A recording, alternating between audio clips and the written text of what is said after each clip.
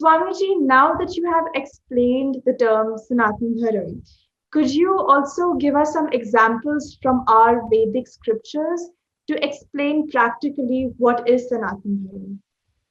Okay. So just explained that the nature, Mhm. Dharma is to serve and to love.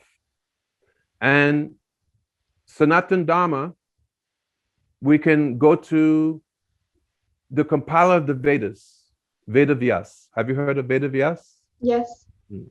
So Veda Vyas, he compiled, we can say he divided. The Mhm. Vedic scriptures are one. You Mhm. have originally, I believe, is the Rig Veda. And then from the Rig Veda, then Veda Vyas, he compiled the Atharva Veda, the Yajurveda, Samaveda, and then the Rig Veda. He had his different disciples who assisted him. They were Valmiki, Angira Rishi, and Paila Rishi. He took the Rig Veda. Then the Shama Veda was taken by Jaimini. Yajurveda was taken by Vaishampayan. And Atharva Veda was taken by Angira. Mm. And then also you have the Itihasas, Mahabharat, Ramayana. Right. And you have also the Puranas. Purana means that which completes. Why? Because the Vedas are so complex.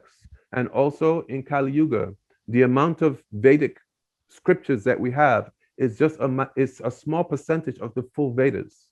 So because the Vedas are also not easy to understand, then the Puranas are presented in a very simple way so Mhm. that one can easily understand the conclusion of the Vedas while getting the full thing. It's just like if you had Bhagavad Gita and you only had up to third chapter, then Mhm. you would think that the goal of life is karma yoga because that's where it ends. Right. But actually, there are 18 chapters which is explaining Gyan Yoga, Bhakti Yoga, etc. Sharanagati, surrender.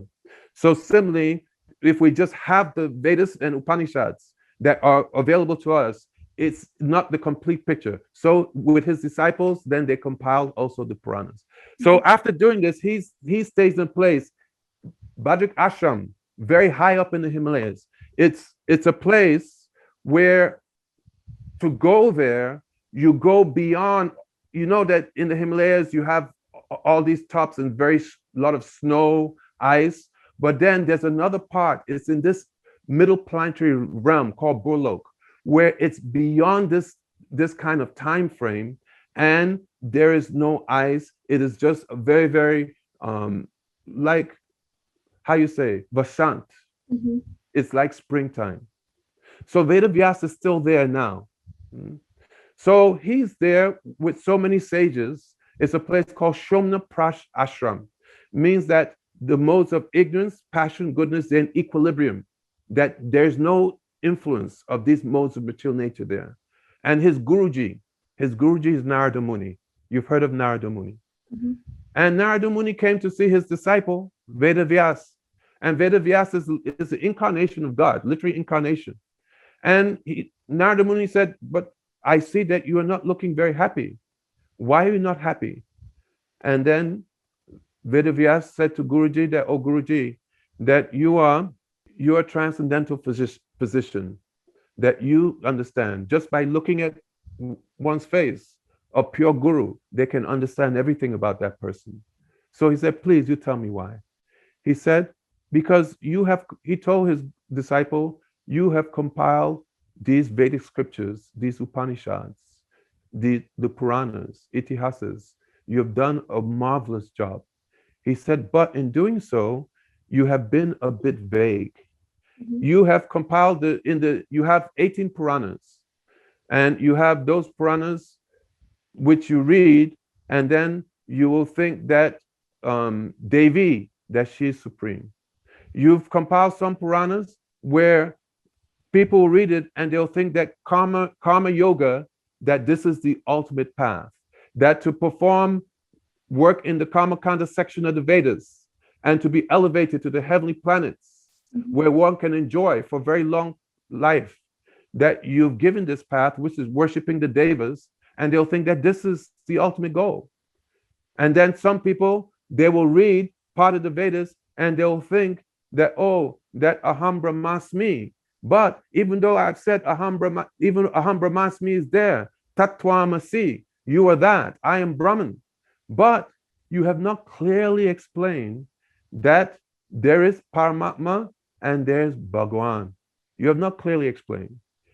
He asked him, have you explained Iti Venu Ravam Rajan, Sava Bhuta Manoharam, Shutva Vrajastriya Sava, Vanayanto Bire Bire, Iti Venu Ravam Rajan. Have you explained that beyond this material world is Vaikuntha planets, where Lord Vishnu resides?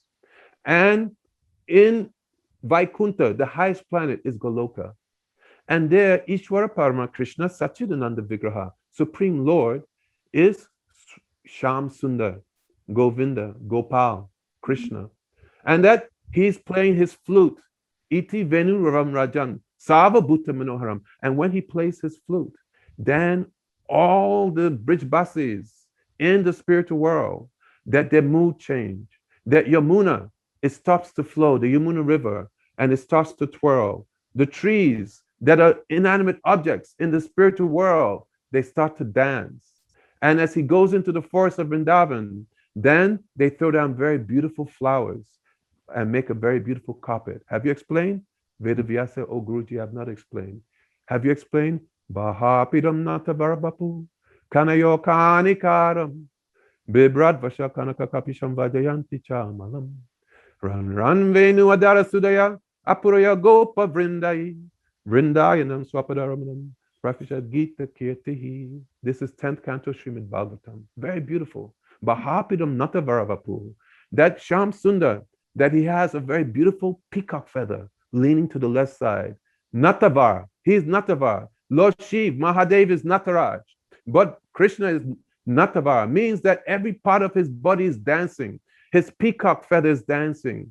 His flute is dancing on his lips. His eyes are dancing, looking in Vrindavan forest. His garland, Vajanti Mala, is dancing. He said, have you explained how in the spiritual world that the highest taste is this rasa with Bhagwan? Have you explained about ras? He said, oh, Guruji, I have not nicely explained. He said, then how will they be able to understand what is parodharma? What is the highest dharma? That they will think that worshiping demigods, that this is the highest thing. They'll think that performing austerities, that this is the highest thing. You've not explained rasa.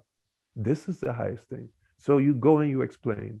So then he went into meditation, and then in his meditation, manifested him was the Srimad Bhagavatam. So Srimad Bhagavatam says, Dhammak projito katabo traparamo nimat saranam satam. That it rejects all other types of dharmas which are not dealing with praying, with pure love. So the Vedas are very vast. It's like a tree.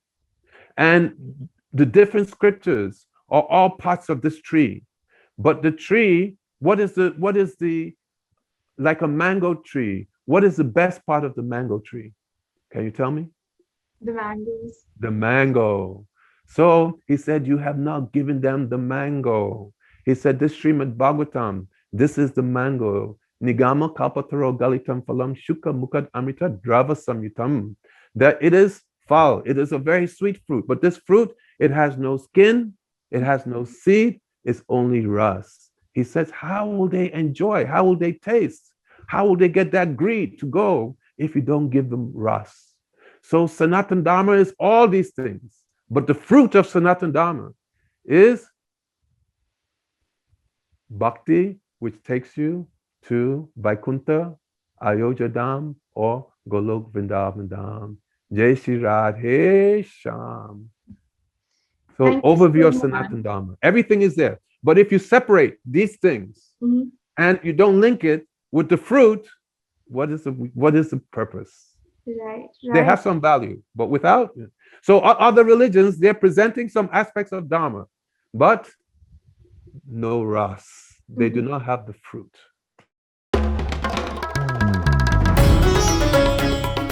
Namaste. We hope you enjoyed this Chitti Media content.